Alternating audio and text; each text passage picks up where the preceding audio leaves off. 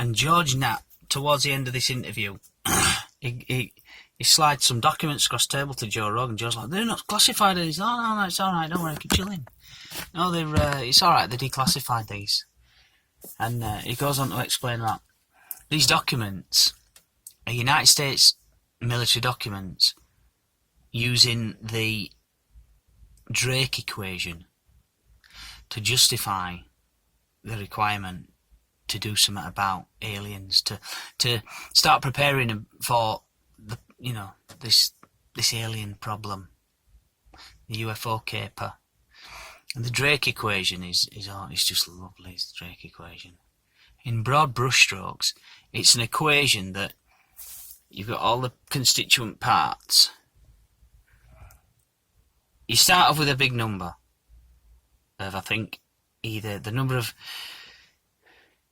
You have the universe, and you have the number of galaxies within the universe. And then you have the number of stars within galaxies within the universe. And then you have the number of planetary systems around stars within galaxies within the universe.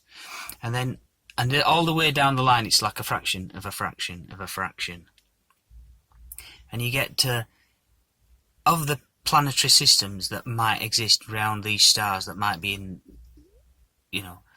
galaxies that are in the universe, how many of those planetary systems are the planets in the right place that could have liquid water on the surface, that then could have sustained life, that then could have sustained life that became intelligent life, then could have sustained life that became intelligent life that became intelligent and created, machines and blah blah blah, and then the that survive for like 10,000. There's a certain, as I say, it's all a fraction of a fraction of a fraction of a fraction of a fraction.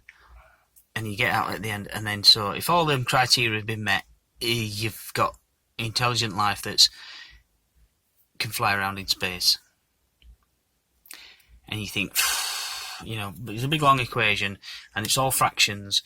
It's a tiny little bit of a tiny little bit of a tiny little bit of a tiny little bit. But the number that you start with, i.e., how many galaxies are there in the universe? Just in, I think that it might even be just the observable universe. How many galaxies?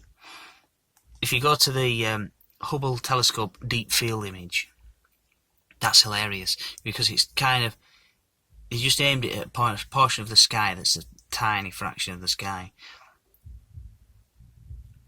and just did a long exposure, and the number of galaxies that are visible within that fraction is a lot. So you can think, oh right, so you multiply that by the universe. It's quite. So essentially, the Drake equation.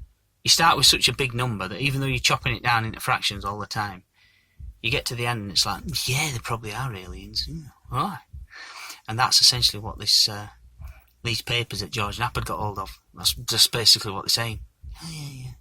Yeah, it's worth as while to have all these people out at Area 51 working on the government payroll, because chances are there are aliens, and we need to be ready. Now, all head-banging UFO conspiracy theory fucking mental cases like me, I'll tell you, well, of course, they've had this going on since forever,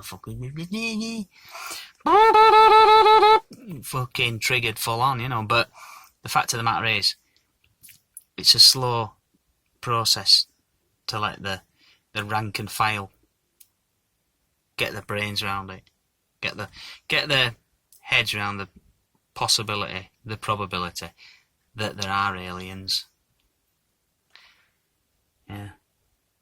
Take a look, there's a virus going about, and people are still arguing the toss as to whether should I wear a face covering.